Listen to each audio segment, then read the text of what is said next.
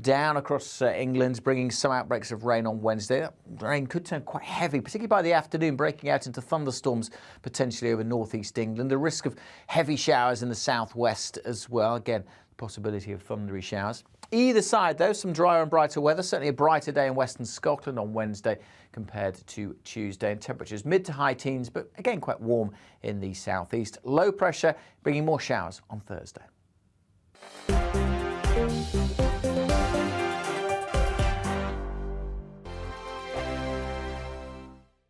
We are GB News. We're right across this great nation. On TV. On radio. On digital. Absolutely everywhere. We don't talk down to you.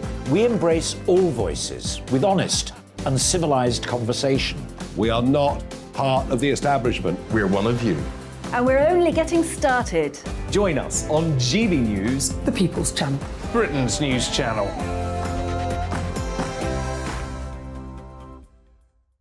Hi there, it's Stephen and Anne.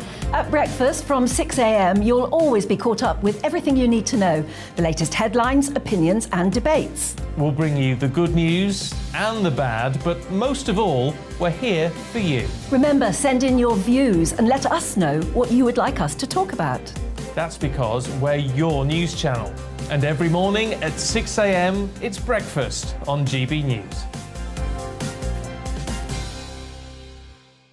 My name's Tom Harwood and join me 9:30 a.m. every weekday for The Briefing, your one-stop shop for everything you need to know about what's going on in politics today. I wonder if this is a deal that might need to be like the biscuits in this factory, twice baked. Is there not an opportunity here to win out against the extremes? Tom Harwood, GB News. What are you going to do about it?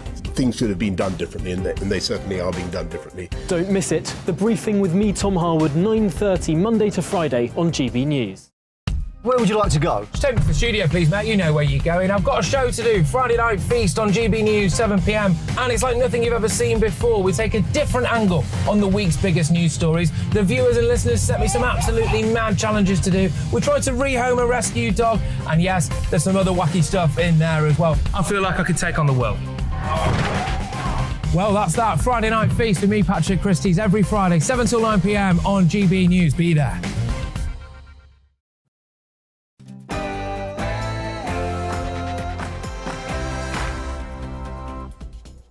Tonight on Farage, as Prince Charles takes millions in cash, I'll be joined by Michael Cole, former BBC Royal correspondent, to ask the simple question, is Charles fit to be king? Andrew Bridget MP joins me. He is the chief of those who want to assassinate the Prime Minister politically. I'll ask, is he actually winning? A horrible murder and 21 injured in a Norwegian gay bar, and yet there's no coverage in the British press. I'll tell you why in just a moment. And Robert Colville from the Centre for Policy Studies joins me on Talking Pints. But before all of that, in an action-packed hour, let's go to Polly and get the news.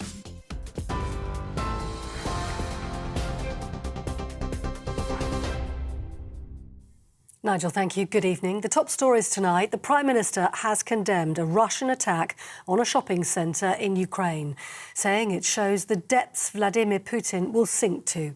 Missiles struck the building in the city of Kremenchuk, setting it alight. At least 10 people were killed and dozens more were injured. The country's President, Volodymyr Zelensky, fears the number of casualties could still climb, saying more than 1,000 people were inside the shopping centre when it was hit. Meanwhile, in Germany, G7 leaders are promising to support Ukraine for as long as it takes. It follows President Zelensky's plea for help with grain exports, reconstruction and military aid. He told them he also wants to end the war before winter sets in. The Prime Minister, Boris Johnson, says the G7 must continue to help defend Ukraine. There is no deal that the President Zelensky can really do. So in those circumstances, the G7 supporters of Ukraine around the world have to continue to help the Ukrainians to rebuild their economy, to get their grain out, to export their grain. And of course, we have to help them to protect themselves. Meanwhile, NATO is increasing its quick reaction force from 40,000 to more than 300,000.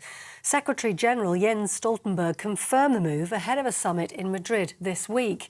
He also expects allies will agree that Russia poses a direct threat to security and the rules-based international order.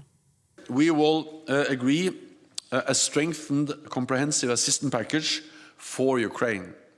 This will include substantial deliveries of support in areas like secure communications, anti-drone systems and fuel. Over the longer term, we will help Ukraine transition from Soviet-era military equipment to modern NATO equipment and further strengthen its defence and security institutions. Here, a 29-year-old man has been arrested on suspicion of murdering a woman in East London. Detectives say they believe 35-year-old Zara Alina was attacked by a stranger near Gants Hill Station in the early hours of yesterday.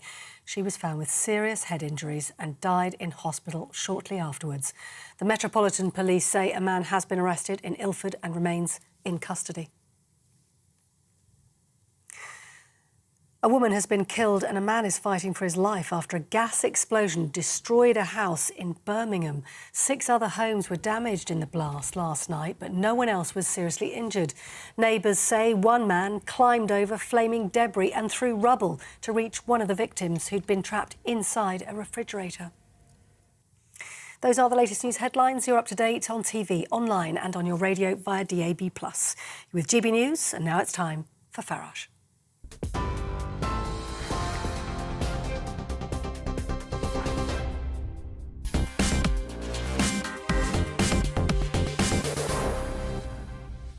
Good evening. You almost couldn't invent it, could you? A former Qatari Prime Minister goes into Clarence House with a suitcase, and in it there's €1 million in 500 notes, a note that we no longer allow in this country for legal circulation or exchange in any way, because we know it is the money of the money launderers and the crooks and the criminals. But Prince Charles accepted it. Later on, there were more bags of cash, some in Fortnum and Mason's bags, a total of €3 million accepted in cash from Qatar, a country that not only has the highest CO2 output of any country in the world, but one whose human rights record is pretty abysmal. Now, look, I'll declare an interest early on in this debate. Here was me in 2008 in the European Parliament following a speech from Prince Charles.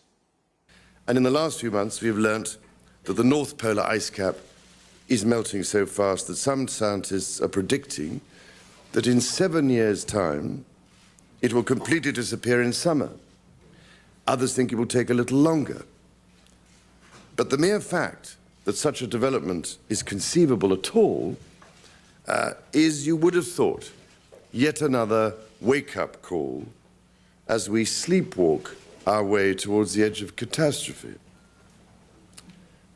For the lives of billions of people depend on your response, and none of us, I'm afraid to say, will ever be forgiven by our children and grandchildren if we falter and fail. Thank you. So there we are. That was Prince Charles telling us the North Pole will be gone by 2015. It's still there, I think, Charles, but hey. And the eruptions, the applause in the Parliament, because he'd actually asked for the EU to have more power. So everybody was really, really jolly happy, apart from one relatively young MEP at the time. And I was there, and I just would not. You can see me there, sitting down, surrounded. I was then accused, of course, of being a Republican and many other things, which, of course, I am not at all. But I was worried that Prince Charles was pushing that message of climate alarmism. I was also mystified over the weekend that he had this to say at the Commonwealth Heads of Government Summit in Kigali. While we strive together for peace, prosperity and democracy, I want to acknowledge that the roots of our contemporary association run deep into the most painful period of our history. I cannot describe the depths of my personal sorrow at the suffering of so many, as I continue to deepen my own understanding of slavery's enduring impact. If we are to forge a common future that benefits all our citizens, we too must find ways, new ways, to acknowledge our past. Quite simply, this is a conversation whose time has come. You would have thought for all of that we were the only country ever in the world to have been involved in the slave trade. No mention of abolition, no mention of the Royal Naval Squadron driving it out from across the rest of the free world at a cost of over 2,000 dead Royal Navy sailors. But there we are. So my worries about Prince Charles is that he is overtly political in his campaigns. But now, I have to say, there is considerable doubt on his judgment after accepting cash from those people, and in €500 notes. You really couldn't make it up. And so my debate tonight that I want you to engage in, please, is Charles fit to be king? Farage at gbnews.uk. Well, joining me is Michael Cole, former BBC royal correspondent. We sat here 3 weeks ago during the Jubilee, and both of us felt quite emotional about the Queen and the whole event. And we both support the institution of the royal family. We didn't at the time talk about succession. We didn't want to let it spoil the weekend. But now we actually have to begin, I think, talking about it. What do you make of this story? Well, as you say, Nigel, it's from the Jubilee heights to these depths, de profundis, we really have come down. And by any standard, this is a grade A royal mess of scandalous, even historic proportions. And what I can't understand is how the heir to the throne, who's been in this business, the royal business, all his life, could have allowed himself to be put into this terrible position. And furthermore, his staff, their staff work is abysmal. They should never have permitted their principal to be in a room with suitcases or bags of money being tossed around in this manner. It's important to say from the outset that nothing illegal has happened here, but it looks absolutely awful. And the main question you're posing tonight, I don't think he can afford many more scandals of this kind, because this has certainly taken the gloss of off the glory of the Jubilee. We had the Michael Fawcett scandal before that, of cash for honours. Yes, indeed. The Prince wasn't directly implicated in that, but he and Michael Fawcett had been close for years. Yes, Michael Fawcett, who started there as his valet and then actually was appointed the chief executive officer of the Prince's Trust, as you say, is under investigation by the Metropolitan Police. Now, usually Mr. Fawcett, the man Prince Charles said he could not do without, he's usually the lightning rod that takes the flak or takes the bolt from the blue when something like this happens. So it's difficult to see whether this has legs to run. The charity commissions say that they're going to look into it, but I don't think there's a case for them to answer. It's perfectly admissible to pay money to charities. In fact, a lot of charities depend upon that. But the problem is, if you want to get right down to it, Nigel, the judgment, Yeah, the judgment, absolutely. I mean, I don't know how it could possibly have happened. A former Qatari Prime Minister could have wired the money. Yeah, well, of course. It looks absolutely awful. It looks dreadful. The problem is, that the royal family want to do these great projects. They talk about them, they get behind them, they push them, but they always want somebody else to pay for them. And that's the problem. When you're going round with a begging bowl, it doesn't look good. There are ways of doing it. People want to make contributions because they're in favour of any particular scheme, and let's say the Prince's Trust does a tremendous amount of good work. Yes. But we also need to know, and of course it's not accounted for in the Prince's Trust accounts, where this money went, what was it for? So he's on his last warning, as far as you're concerned? I think he can't afford many more than those, because the Queen has gone 70 years without having a scandal of this kind. It's a toxic mix: royalty, money, shady people, and of course, don't forget the Qataris. This all happened in 2011, and it was the year before that they were awarded, against everybody else's common sense, the World Cup, which we'll be enjoying later this year. It's a funny thing, money, isn't it? Well, it is. It's a very good thing. It's how you use it, and how it's employed, and how it's accounted for. I think it's very good for people to invest and get behind things that are worthwhile, but do it in an open way. I think Clarence House, Prince Charles's headquarters, will be hating all this. They will be absolutely hating it. But I think if they can possibly put draw a line under this, they should do so, and promptly, and they should give a full accounting of it. Well, let's hope they do. But more than that, one more thought. Yeah. My worry about Charles is the Queen has brilliantly kept out of party politics and political campaigning. She's done it brilliantly. Yeah.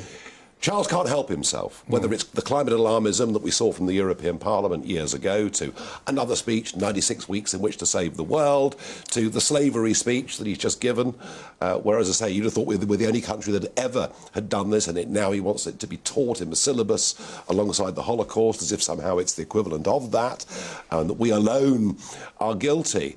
I'm not even sure he wants to become defender of the faith, you know, under our constitution, which he should. Can he? Is it possible for him to avoid getting involved in politics when he's king? You know, he, as you said, he wants to be defender of the faiths. He's got to be extraordinarily careful about this. As you say, the Queen has never put a foot wrong in this way, and these sort of things cannot be allowed to happen again. He must take great care, and perhaps he ought to have around him people who can actually see these tiger traps and make sure that he walks around them rather than straight into them. He's been in the royal business since the age of 4. He's been waiting for the job of succession to Her Majesty the Queen since the age of 4. He should know the ropes by now. This is a fundamental mistake. He shouldn't have done it, and I think a little bit of mea culpa somewhere along the way, even if it's in coded language, would not be out of place. Michael Cole, thank you very much indeed. And is it surprising that some opinion polls say that people would rather it went straight to William rather than Charles? Now, Boris Johnson has been at the G7, or you could call it the G9, of course, because there are 2 people there who've never been elected from the European Union. And there's a new bromance, apparently, between President Macron and Boris Johnson. They had a very cordial meeting. At no point in the meeting did the Prime Minister think it was fit to discuss the English Channel crisis. And according to Macron's team, he was very enthusiastic about this new plan of an outer tier of political membership of the European club. Now, Downing Street say that's not the case. He was just being polite. But perhaps that's the problem with his leadership all the way through.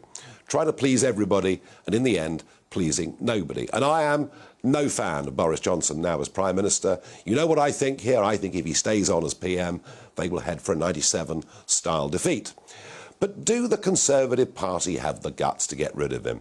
They didn't even have the guts to get rid of Theresa May. I had to do that in the European elections.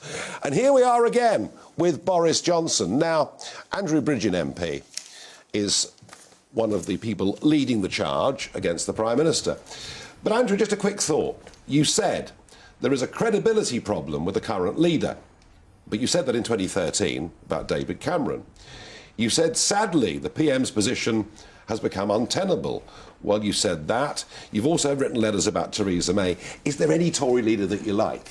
Well, I think it's the constant renewal, Nigel, that keeps us in power. I mean, no, I don't buy that. I don't buy that. I mean, you know, are you just a member of the awkward squad? I'm sure the Whip's office thinks that, but I'm very active on the ground in my constituency. I know what the people think. And there was a poll out on YouGov late last week. Only 10% of the public think that we've got the right leader and the right policies. It is absolutely stunning. 53% think we've got the wrong leader and the wrong policies. We're going to put that graphic on our screen just to show that Bridgen's not making everything up as he goes along. Yeah, I thought that figure was incredible. Absolutely incredible. Only 10% think we're on the right track with our leadership and with our policy. And I had a sort of epiphany moment a couple of Mondays ago, driving down to Parliament, and I realised we were actually more Conservative when we were in coalition with the Liberal Democrats than this government is now, with an 80-seat majority. I think we're wasting the majority. OK, we've had COVID to deal with, but that shouldn't have been the interruption. See, I agree with you on all this. I mean, I think that you know, the way they pursued big government, high tax, they're deaf to the energy crisis. I mean, already we've got Italy, France talking about energy rationing, and it's coming here too if we stay down this track, you know, and he could have, if he'd wanted to, made us energy independent. We should be fracking. We're waiting for the report from the British Geological Society on whether we can go ahead and reasonably do fracking without too much disruption. But he's not.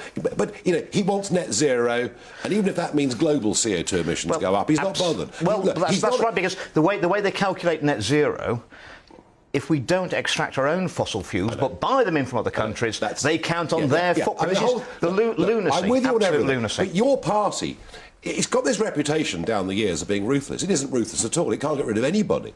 I know you and Steve Baker are trying, and you're going to try and get yourself elected onto a 22 committee to try and change the rules. We've also got, you know, Johnson himself will appear before the Standards Committee. But Privileges Committee, that's going to report in October. But what are the Cabinet that's doing? Months away. What are the Cabinet doing? The next Conservative leader, any leader's got to have integrity, courage and show leadership. And I'm not seeing any of those qualities from the current Oliver Cabinet. Dowden did walk away. He did walk away, but he was going to get pushed. He knew he was going to get the blame for those 2 by-elections. I think Wakefield was fairly expected. I think probably Tiverton was at the top end of worst expectations. Yeah, it's interesting, isn't it? Actually, Boris Johnson, now far from being a vote-getter, there are so many people that hate him, they will actively vote to get the Conservatives out. Well, he's creating a sort of block vote against Boris Johnson, so that's against a Conservative candidate. And that's very dangerous because, as you say, they'll vote Labour in one part and they'll vote Liberal Democrat or something else somewhere else. If I invited you back to sit in that chair in the first week of December, is he still going to be the leader? I don't think so, no. I don't think... Is that because you hope he won't be, or you actually think? I'm going to do my best for the country and the Conservative Party, and I don't think Boris Johnson should be leading us into another election. There's a cohort of my colleagues that still cling to the hope that people are going to forgive and forget, and they say a week's a long time in politics, and maybe if the election's not till 2 years from now, people will have forgotten. I think it's too raw, Nigel. I think there's no policy like the COVID lockdown where we all made sacrifices for the national good, and to have the people who made those rules abusing them themselves, I think it's too personal for people. If nobody in the cabinet's got the political courage to stand down, then probably none of them deserve to be the next leader as and when. Is there anybody else that you can see? Is any obvious personal people out there? If I were to name names outside the cabinet, that would be the kiss of death. But I think it will be a Brexiteer because that's what the membership will want, and it's got to be someone. You weren't thinking yourself about having a go, were you? Well, you know, in every private soldier's backpack there is a field marshal's baton. You see, I knew there was a personal motivation. You see, he's much more. Andrew Bridgen is much more of a career politician than he'd ever have you believe. I think he's right. I think Steve Baker's right. I just think the Conservative Party in Parliament, in the main, are gutless, spineless, useless, not Conservative, and they will keep Boris if they're very stupid and lose the next election by a whopping majority. We head now to a break. When we come back, those murders, that murderous attack that happened in a gay bar in Oslo. Why are the British press today not covering it at all?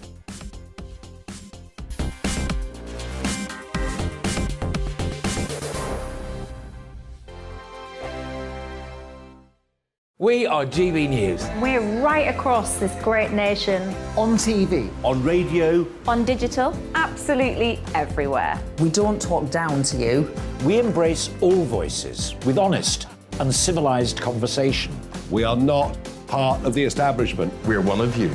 And we're only getting started. Join us on GB News, the People's Channel. Britain's news channel.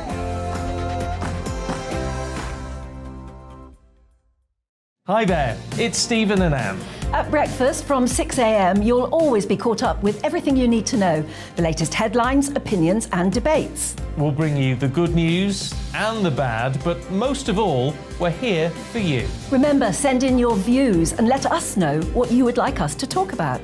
That's because we're your news channel. And every morning at 6 a.m, it's breakfast on GB News. My name's Tom Harwood and join me 9:30 a.m. every weekday for The Briefing, your one-stop shop for everything you need to know about what's going on in politics today. I wonder if this is a deal that might need to be like the biscuits in this factory, twice baked. Is there not an opportunity here to win out against the extremes? Tom Harwood, GB News. What are you going to do about it? Things should have been done differently, and they certainly are being done differently. Don't miss it. The Briefing with me, Tom Harwood, 9:30 Monday to Friday on GB News. Where would you like to go? Just take me to the studio, please, mate. You know where you're going. I've got a show to do. Friday Night Feast on GB News, 7 p.m. And it's like nothing you've ever seen before. We take a different angle on the week's biggest news stories. The viewers and listeners set me some absolutely mad challenges to do. We tried to rehome a rescue dog. And yes, there's some other wacky stuff in there as well. I feel like I could take on the world. Well, that's that. Friday Night Feast with me, Patrick Christys, every Friday, 7 till 9 p.m. on GB News. Be there. Coming up on The Mark Steyn Show, Islamist terror attack on an Oslo gay bar. Mark Steyn contributor Eva Vladingbrook is here to discuss the difficult questions that politicians want to avoid. Experienced pathologist Dr. Claire Craig examines the FDA's decision to approve COVID vaccinations for under 5s in the United States. Could this be a jab too far? Plus, Free Speech Union founder Toby Young has been busy celebrating 150 years of Speaker's Corner today. Join us tonight as he gets off his soapbox to talk about exactly why that matters. All that and more on The Mark Steyn Show tonight from 8 o'clock.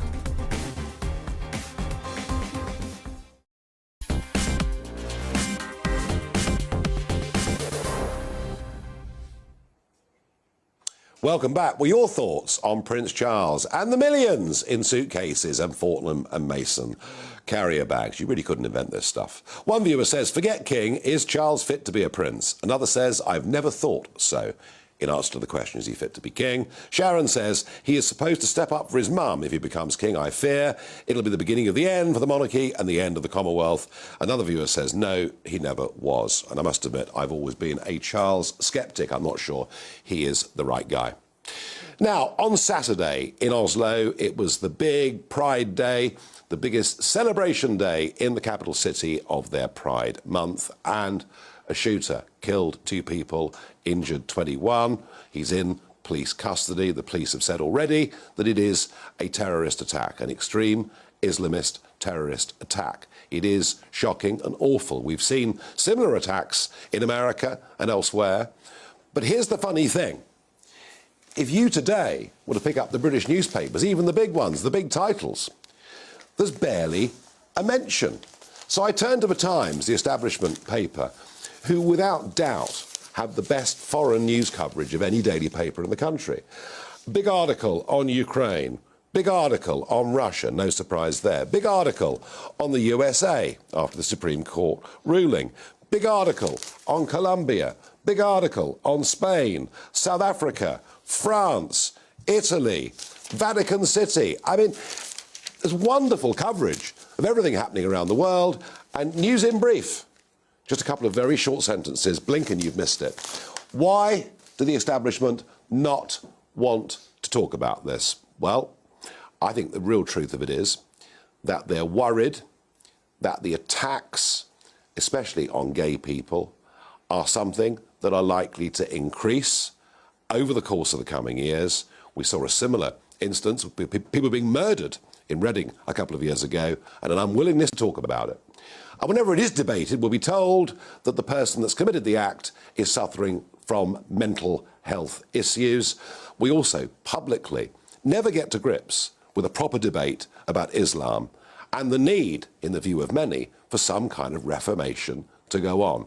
I think we should be debating this issue. We should be talking about this issue. We should be worried about this issue. After all, if any public figure said anything, even inadvertently, that was taken to be an anti-gay smear, they would be cancelled and hounded out of their job. And yet this we don't talk about. Well, joining me is Dr. Taj Harje, Provost of the Oxford Institute for British Islam and the Imam of the Oxford Islamic Congregation. And I'm very, very pleased, Taj, to have you here. Now, the Quran is something that is deeply held and respected within your religion. And it's pretty clear that homosexuality is wrong and that it's a sin, isn't it? Well, it doesn't condone homosexuality, just like Judaism and Christianity. So it's taking the same stance as the Abrahamic religions. However, while you might not approve of homosexuality, there's nothing in the Quran that talks about anyone taking the life of any homosexual. That is totally forbidden. It's not possible. In chapter 5, verse 32, it says, if you take one life, it's like you killed all of humanity. If you save one life, it's like you saved all of humanity. So this notion that this man, a 42-year-old Iranian man who got the Norwegian citizenship, and he takes it upon himself to apparently go wreak vengeance and mayhem in this gay bar, this is totally un-Islamic, un-Quranic, and cannot be condoned in any way, shape or form. And I have to say, we have to send condolences to the people who lost their lives, and those people are now recovering in hospital, and hopefully the death toll doesn't increase. The difference, of course, in 2022 is that our interpretation, especially of the Old Testament of the Bible, is not literal in perhaps a way that it might have been centuries ago. The difference, of course, with the Quran is it is the later parts of the Quran that tend to be far less peaceful in terms of the way in which it's written. No, I think, with due respect, Nigel, you are quoting to me Orientalist perspectives. Orientalist perspectives? Yes, because this idea that there's two parts of the Quran, that, you know, the first part, Muhammad is talking peaceful stuff, yes, and the next time he's talking about belligerent stuff. No. I mean, if you really understand the Quran, you know, listen, this is a seamless narrative. And he's dealing with issues. Once he is trying to initially present his message of monotheism, that is one God, one humanity, one destiny. And then when he's in Medina as a ruler, he's now trying to implement this. So when it comes to implementation, he's not talking about the fact that you must go and kill people. But it's still quite aggressive language. But isn't the real point here? I made the point that the older parts, the Old Testament, we don't take literally as we might have done back in history.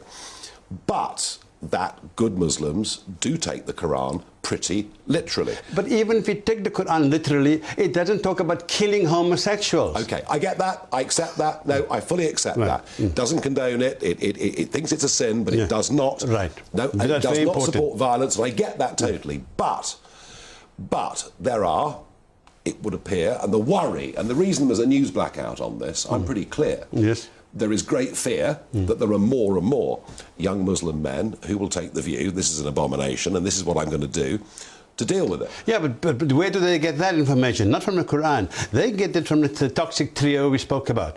The idea that the Sharia, which is concocted man-made law, the Hadith, which is supposedly the sayings of Muhammad, and the fatwas, the religious opinions of individual clerics, they take these three things and present that as the rationale for doing bad things, not just homosexual, but anyone else. I get that, but here's the problem. If I'm a Roman Catholic, I look to the Pope for guidance. If I'm an Anglican, I look to the Archbishop of Canterbury. I'm not particularly a fan of the current one, but who does one look to? Well, I think this is both the Islamic Church. Who's the leader? Right. This is both the weakness and the strength of Islam. The Pope or the Archbishop of Canterbury is top-down governance. Yes. At least in Islam, it's bottom-up. And I think what's important is... But it's not working because people are drawing their own interpretations. Right. It's not working without leadership. Because, for example, in this country, why isn't it working? I'm the head of the Oxford Institute for British Islam. Do we get any support from the general public or from the establishment? We are talking about Islam that is inclusive, integrated and indigenous. We're talking about Islam that's egalitarian, enlightened and erudite. I'm thrilled to hear it. Yeah. So where's the support for this? So if you're now saying, nothing is coming from the bottom up, yeah, we are from the bottom up. Not for one moment. Not for one moment. And by the way, I have worked and spoken with and to many Muslim groups over the years whose interpretation and desire to live in a settled way in this country is as resolute as yours are. And I absolutely respect that. So this is not about everybody in the religion. It is about, does the religion need a reformation so there is a lead figure that it can look to? It needs a reformation and enlightenment, a renaissance, however you want to couch it. But why do we need a top-down figure? I think this idea that, everything comes from the top, I think this is an archaic concept. We really need organic growth. And for example, if we can have Muslims all over the world, but say in Britain especially, questioning things. Now, the Quran says one thing, for example, that there's no stoning to death. The Hadith, the Sharia, and the Fatwa, these concocted man-made things, says, you need to we do have a problem. We do have a problem. Right, there are growing numbers of people who claim to be as devout to the religion as you do, who are taking a different interpretation. No, they may claim to be devout, Nigel, but they do not using their brains. In fact, the Quran says this book is only for those who use their brains. It says repeatedly that. It doesn't want zombified believers. What's the purpose of God sitting wherever he is and expecting a whole bunch of zombies to believe in him? He's given you and me a brain to choose. And so he's telling us that this book is only for those who wish to think. Now, when we think and ponder, then we must allow the gays, the trans, and all the other groups in our society equal rights. Not better rights and more rights, equal rights. That means equal protection, equal safeguarding, and so forth. And they are entitled to a place in the sun. I wish everybody in the religion of Islam felt the way you do. Thank you for coming in and debating this. It's a very, very important debate going forward if we're going to live in a peaceful, harmonious and happy society. Taj Hargate, thank you very much indeed for coming in. You see, on GB News, we're not afraid to debate these issues and to talk about these issues. And I think that really, really matters. There appears to be just a blackout on this story across broadcast, radio and newspapers, other newspapers in this country. Now, you may have seen over the weekend that the Oxford and Cambridge curriculum for GCSE is being changed, and many favourites that have been there for years and years and years have been removed. The Education Secretary, Nadhim Zahawi, had this to say, and we'll put this up on your screen for those that are watching it on television. He was very, very critical indeed of it. And yes, you know, the fact that Wilfred Owen is not going to be taught at GCSE, that Philip Larkin is not going to be taught at GCSE, that Thomas Hardy is not going to be taught at GCSE. Larkin and Owen are two of our finest poets. Removing their work is cultural vandalism, said the Education Secretary. But I was drawn today to a letter published in the Telegraph by David Blunkett, Lord Blunkett. I'm going to read it to you. Sir, the proposal by the OCR Examination Board to remove the works of Philip Larkin and Thomas Hardy from their GCSE syllabus is breathtaking. Thomas Hardy is not to my taste, but his writing called A Moment in Our Time from our own history and the cruelty and inhumanity of human beings to each other. Philip Larkin must be in the top 3 British poets of the 20th century, someone who captured graphically social interaction, geographic diversity and the glory of the English language. As a former Education Secretary, I appeal to those involved to think again and to understand the diversity of history here in the UK is just as valid as the diversity of other cultures and of other times. David Blunkett, former Education Secretary, speaking up for British culture, for the diversity that exists within that British culture. And I have to say, I thought that was a really, really important, powerful and actually very, very moving letter. And education is a theme on this programme that I return to time after time. So I do not believe enough of our children are being taught well at school. Now, on a happier note, cricket, the What the Farage moment. There we were in Australia, in the West Indies. It looked like the worst English cricket team I've ever seen in my life. So depressing. I thought even about not going to Lord's this year. It was that bad.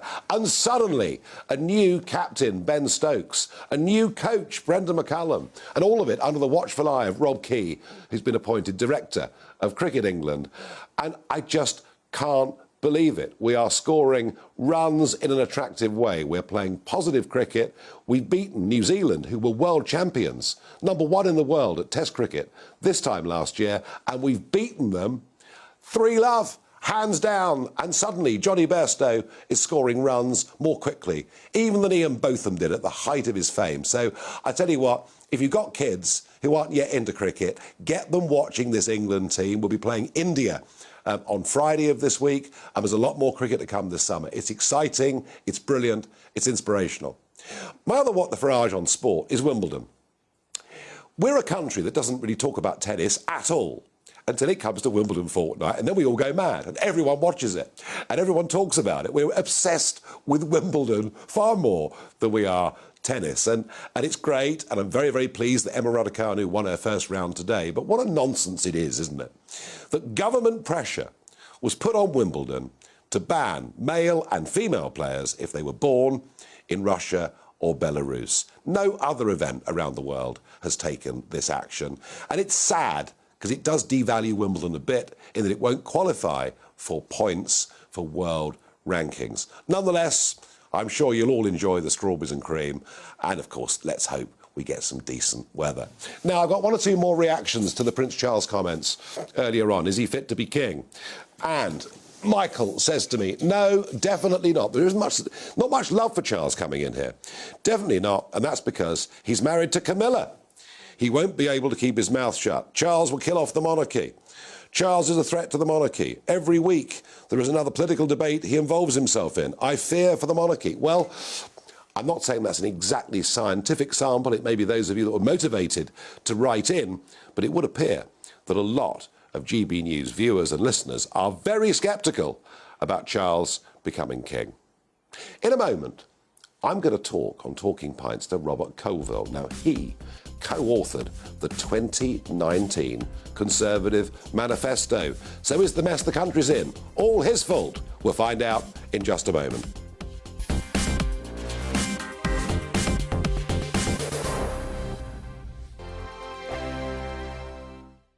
We are GB News. We're right across this great nation.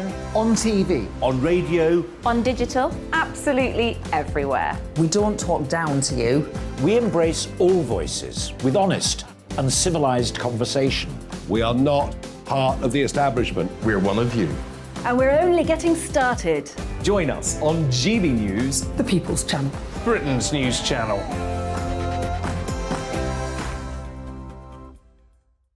Hi there, it's Stephen and Anne. At breakfast from 6 a.m, you'll always be caught up with everything you need to know, the latest headlines, opinions and debates. We'll bring you the good news and the bad, but most of all, we're here for you. Remember, send in your views and let us know what you would like us to talk about. That's because we're your news channel. And every morning at 6 a.m, it's breakfast on GB News. My name's Tom Harwood and join me 9:30 a.m. every weekday for The Briefing, your one-stop shop for everything you need to know about what's going on in politics today. I wonder if this is a deal that might need to be like the biscuits in this factory, twice baked. Is there not an opportunity here to win out against the extremes? Tom Harwood, GB News. What are you going to do about it? Things should have been done differently, and they certainly are being done differently. Don't miss it. The Briefing with me, Tom Harwood, 9:30 Monday to Friday on GB News.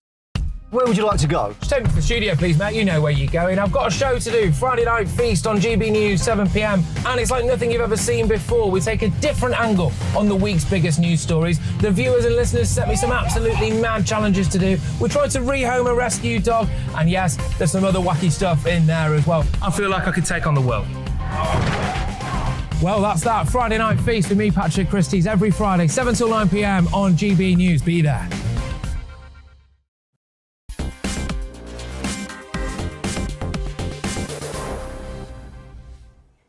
It's that time of the day, thank goodness. First today, Talking Pints. Robert Colville is my guest. Welcome to Talking Pints. Thank goodness for that.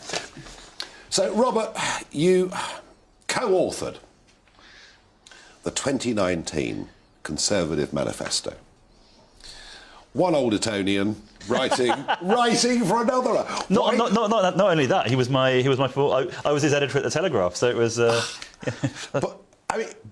So I know you've now moved on. You've been a journalist for many, many years. You've done very, very well. You're now at the Centre for Policy Studies, and you took some time out to help write the manifesto, and you've been involved in conservative politics and debate. But I've got to ask you, we talk about Boris a lot. We've had Jacob Rees-Mogg in the chair. Why are there so many people from one school running the country? I couldn't say. I mean, I think it is. I think David Cameron had a very good answer to this, which is that he wanted every school to be like Eton. I think the thing about it is and it's partly just because it's got quite a lot of money. It's utterly fantastic in letting you pursue things you're interested in. You got a scholarship. The facilities. I got a scholarship there. Yeah. So you must be very bright. Oh, absolutely. Yeah, but the academic standards there are very, very high. So to be a scholarship guy, you must have done extremely well. But and just worked hard. But I mean, I don't think there's anything sort of special. But I think that culture of working hard, of making sure people can maximise their potential. I mean, that was the thing behind the free schools movement, the academies program. Just this idea that that we should be that it shouldn't be the preserve of a gilded few. It should everyone should be able to maximise their opportunity. I think that's something really, really powerful. Now, obviously, your upbringing, Oxfordshire village, the home counties, rural England, and it is, I suppose, naturally quite a conservative place to have come from. Yeah, I mean, they literally filmed Downton Abbey in my village. If you see the village scenes where all the yokels are wandering around, that's literally, and the church scenes, that's all, and all the exteriors, that is our, the beautiful Cotswold And it is stone. a fantastic part of the world. Yeah, and multiple Morris dancing teams, all these kind of wonderful traditions which were absolutely steeped in. Very good beer. Yeah. Much better beer than this. The fascinating thing I saw in your background was that your father was a World War II veteran. Yeah, this is not something that anyone else in their 40s would ever say. But yeah, he got married really late and had kids in his early 60s. So for everyone else, kind of growing up, they'd be hearing about the Beatles or festivals their parents went to, and my dad was literally telling stories about the war, but in a very sort of British, very kind of downplaying it kind of way. He was never about I took out the machine gun nests with a knife between my teeth. It was always about bureaucratic incompetence and how the army kind of bumbled through. Where did he go? So he started actually defending airfields from. There was a real worry that the IRA, Sinn Féin, were going to, as it was then, were going to start a campaign. So he started out defending airfields there. Then went over to basically followed the army along the African coast and was part of the invasion of Italy. Eighth Army, yeah. Eighth Army, General Montgomery, and all the rest of it. Yeah, no, it must be. I know other people similar to you. People perhaps a bit older, perhaps my age and a bit older, who've, had fathers a similar age from the First World War or whatever it was, and it kind of, I guess kids tease you about it a bit. Yeah, but at the same time, they're all fascinated by it. It's absolutely. Yeah. No, absolutely. So journalism, Robert, was it always going to be journalism and policy? I think so. So I got to university and I went for the student paper and absolutely loved it. I think in the same way that presumably when you went to your first UKIP meeting it was like, oh yeah, this is like I found it. And absolutely just the whole thing of putting together a newspaper, the writing, the editing, the pictures, the headlines, it just felt like if I can make a life out of this, then I've done pretty well. And then that obviously I did history and stuff, and that obviously once I got into journalism I sort of orbited around politics and current policy. And the Telegraph, you were there for a long time. Yeah, I was at the Telegraph for 10 years, including being one of the many people who had to call Boris to, ask when could we expect this column, which we were meant to have. You see, everyone says this. Everyone says this, that this weekly column for which he was very highly paid, that he often didn't know what subject to write about. He nearly always filed copy late. He was a nightmare to work with, was he? No, because I mean, when I was dealing with him, he was Mayor of London, so he was sort of double jobbing. But he was. When the copy finally arrived, it was impeccable in a way that is very, very. So anyone who says that Boris is not a clever guy or doesn't have a brain to him, absolutely there's very, very few people who he's just disorganised. But when he sat down and focused and the words came out, they were absolutely. It was so rare that you'd have to even query anything. Yeah. Now I've spoken to other people that work with him on the Telegraph and at the Spectator, and it's almost sort of perpetual chaos in motion, really. But that's who he is. So the Telegraph, I mean, that could have been a job for life, I guess. Yeah, well, given what was happening to the newspaper industry, perhaps not. But no, I loved it. And you say that, but actually, the Telegraph online subscriptions. Did I read 700,000? When I was there, people hadn't worked out online subscriptions yet, and it was just looking like the economics were awful. No, so I really loved it there, and I really loved. And I was an editor rather than a front of house guy. But then went off to BuzzFeed for a while, which was a sort of strange interlude in between the Telegraph and the CPS. And then almost sort of by accident got into think tanks and politics. I'd been in sort of tangential. I'd done a piece of work for the Centre for Policy Studies, which is the think tank founded by Margaret Thatcher and Keith Joseph, which basically invented Thatcherism, on what how the internet was changing politics at a time when no one knew what the internet was. I mean, I think you might have been one of the few people who was actually early on it. Yeah. But essentially, you could fit everyone in a phone booth who was sort of in that scene. And then they sort of came. And for people at home, yeah, who don't know this little village. Absolutely. Of Westminster. The Centre for Policy Studies, as you say, very much a conservative thinking, free market think tank, independently funded. What do think tanks, just in simple English, what do think tanks do? They put forward policy ideas. That's all we do, essentially. We say, this is what the government is doing, this would be a better thing to do. Or this is what the government's doing, here's why it's making a mistake. Yeah. And that's pretty much everything that every think tank does in various different ways. So you're pumping out ideas, you have people that give you money to help you pay for offices and produce this research because you want to change policy. Yeah. And change it, obviously in keeping with the founding principles of Margaret Thatcher and Keith Joseph, which are about small state, free markets, individual opportunity, aspiration, entrepreneurship. What a lonely place to be in these days. I mean, you helped write that manifesto in 2019, and OK, the pandemic came along, but can you believe that we have a Conservative government that's pushed us to the highest tax burden since Clement Attlee was in Downing Street? Where, you're finding it painful, but it's true. Yeah, and I think you can blame the pandemic for an awful lot of that. Really? Yeah, well, the right there on the front page was we're not going to raise taxes, and they've raised taxes. So that's obviously But they can't even take the 5%, which it wouldn't be big money. They can't even take the 5% off VAT on fuel, which was a direct Brexit promise. Well, I mean, the thing which gets me at the moment is the fact that we are going to put corporation tax up by 6 Nearly points. 30%. Yeah, and the Treasury is saying effectively it won't matter. And I was like, well, if you talk to businessmen, it does matter. If you talk to people who want to invest in this country, it's a real signal to them that we don't, that we are a less friendly place. The pandemic aside, why has Boris Johnson... And I read your columns in the Sunday Times every week, and they're very well thought through and argued. Why has Boris Johnson strayed away so far from where you were trying to push him into in 2019? Because Boris Johnson has never been a pure Thatcherite, and a lot of people misunderstand this. I was there when he launched his election campaign to be Tory leader, and what he offers was essentially Heseltine plus Thatcher. His platform, his domestic policy platform, was I'm going to spend more on the public services. I'm going to build a load of infrastructure. The green stuff he really always believes in. Does he believe in anything? But he was going to do pure, hard, clean Brexit and get it done in a way that was looking absolutely impossible. So you had all these people standing up and cheering him who would have hated all of the domestic stuff he was committing to. But because he was delivering Brexit, that didn't matter. And of course, the secret is the public are also, unfortunately... Should he stay as leader? Yes. I mean, it's up to the Conservative Party. But they'll lose if he does. I think in the current economic circumstances, it's utterly... it's very going to be really, as you're seeing around the world, it's tough for anybody. But also, what I said in my column this weekend is I think the Conservatives are... Because the Conservatives are gossipy Westminster types who go to, dinner parties, to cocktail parties over there, they are all fixated on the individual. And it's like, people don't like Boris, junk Boris, it'll all somehow work itself out. And I don't think that's true.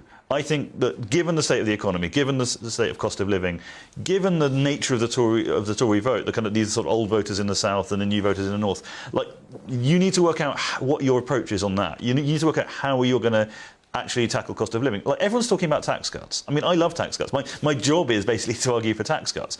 But given how much energy prices are going up by, even you're going to be talking about VAT on fuel, that doesn't touch the sides. No, nothing touches the sides. It would be symbolic. And the government has spent billions and billions and billions of pounds on cost of living, and no one's noticed. No, that's true.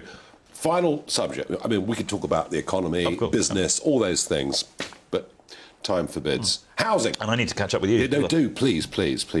We had a former Labour MP, Stephen Pound, on the other day, who downed it in about 4 minutes. I was telling your colleagues, if you wanted a viral moment, I could try to... So, just a thought here. One of the areas that really matters, and I know you care about, is housing.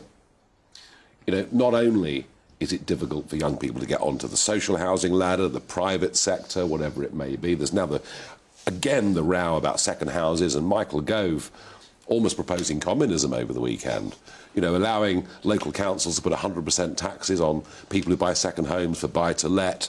But take that out of the equation for now, because it really, as I say, it's so hard left, it's almost unbelievable. The government promised to build more houses.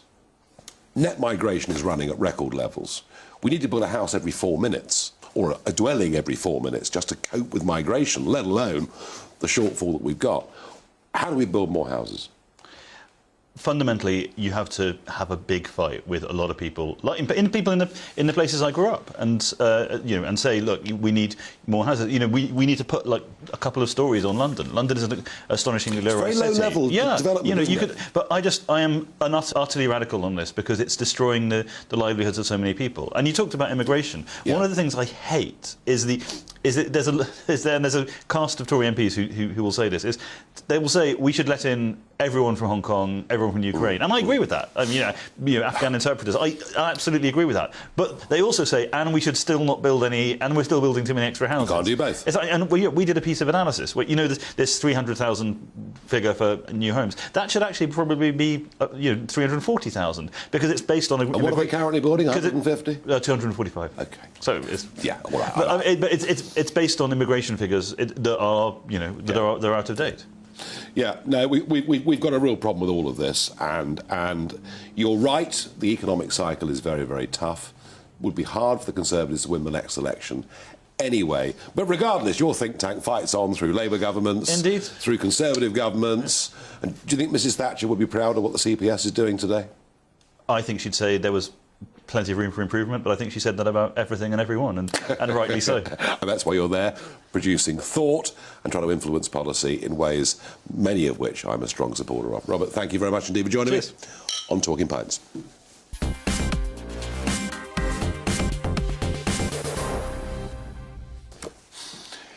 We have a short time left for Talking Pints. No, we've finished that. Sorry. Barrage the Farage. Here goes. Barry asks, are manifestos not a complete waste of time when leaders abandon them almost immediately? Actually, if you look at the trackers, they've done most of what they've done a surprising amount of what they promised to do, given there's been a pandemic. I think they're a really important signal to the public about what the party is for, and it holds them to account. They're still valid. One viewer asks, why is it called the G7 when von der Leyen is in attendance at every meeting representing the EU? Yeah, not just her, but Louis Michel's there as well. The two EU Muppets are there as well. It's not the G7. No, I regret that. Finally, not much time left. Do you think the EU referendum vote would go the same way it did in 2016 if we vote again? Yes, unless they extend the register to people who currently aren't here, are here on foreign passports. Quick thought? Maybe. I think it's a hard thing to. It's a hard thing to. Who knows? Who knows? It's not the debate. We've moved on from EU membership, thank goodness. But there's a heck of a lot more to do on a whole load of fronts, like taxation, like housing. A list as long as your arm. Thank you for joining me this evening. I'll be back with you at 7 o'clock tomorrow evening. I will now hand you over, put you through to the capable hands of Mark Steyn. Hey, thank you, Nigel. I'm with that guy. There should only be 7 people at the G7. Your viewer is absolutely right. Terrific show, interesting stuff on the Prince of Wales. We'll have a bit more on that on tonight's Mark Steyn show. Plus, all the icky stuff you're not meant to talk about. Non-stop migrant tides, terrorism, vaccines, free speech, all that. And a whole lot more coming up straight after the weather.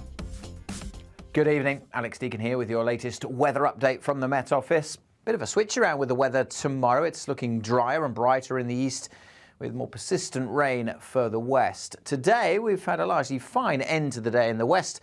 A lot of heavy showers still at the moment from this weather front further east, but this one is moving in from the Atlantic. The isobars are squeezing together, suggesting it's not just going to be wet, but increasingly windy for Northern Ireland overnight, and that rain spreading into western parts of Scotland.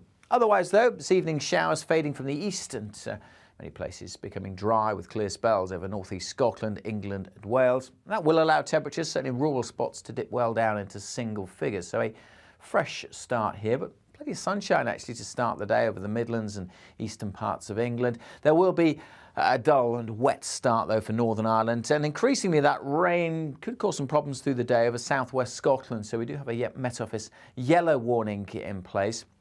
May turn a little drier by the afternoon for Northern Ireland, but still some heavy showers here. And the rain will steadily spread into western parts of Wales and southwest England. But many central and eastern areas, dry and fine. Pleasant day over eastern England, quite warm temperatures. 22, 23 degrees, much cooler with the wet and windy weather further west. That rain band will spread eastwards, kind of breaking up as it does so. So the rain a little more sporadic, but certainly turning a bit soggy over the Midlands, much of northern England as we head into Wednesday. And then we're left with a line of thicker cloud down across England, bringing some outbreaks of rain on Wednesday. That rain could turn quite heavy, particularly by the afternoon, breaking out into thunderstorms potentially over northeast England. The risk of heavy showers in the southwest as well. Again, the possibility of thundery showers. Either side, though, some drier and brighter weather. Certainly a brighter day in western Scotland on Wednesday compared to Tuesday. And temperatures mid to high teens, but again quite warm in the southeast. Low pressure bringing more showers on Thursday. Coming up on Dan Wootton tonight, as Nadine Dorries and Tom Daley step up to the front line on opposing sides of the gender wars, is prioritising fairness over inclusivity in sport really that outrageous a concept? Former Olympian Sharon Davies weighs in. Plus, Megyn Kelly gives a stateside view on the abortion ruling tearing America and the world apart. There's unfiltered opinion too from Neil Oliver and TV News star Nana Acquia, who will discuss her viral rebuke of Gary Lineker's race abuse claims. And the headlines of the day with my superstar panel, Carol Malone, Benjamin Butterworth and Belinda DeLucy. That's Dan Wootton tonight, Monday to Thursday from 9 p.m. till 11 p.m. on GB News.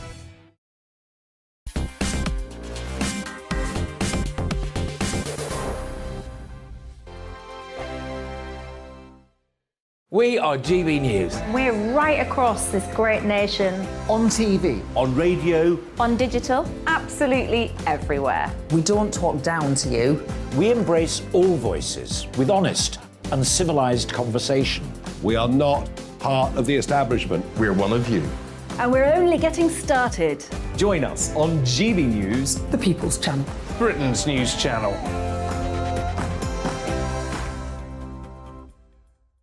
Hi there, it's Stephen and Anne. At breakfast from 6 a.m, you'll always be caught up with everything you need to know, the latest headlines, opinions and debates. We'll bring you the good news and the bad, but most of all, we're here for you. Remember, send in your views and let us know what you would like us to talk about. That's because we're your news channel. And every morning at 6 a.m, it's breakfast on GB News.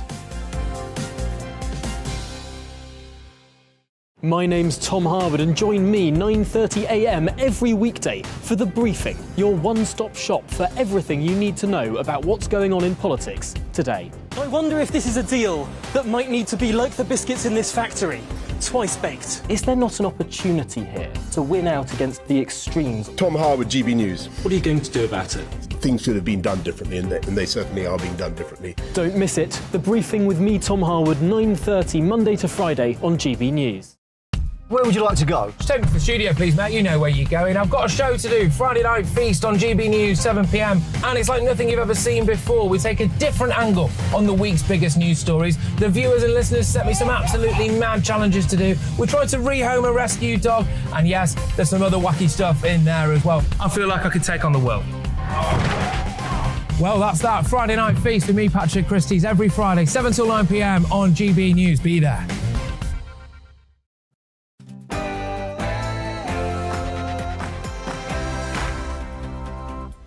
Hey, welcome along on tonight's Mark Steyn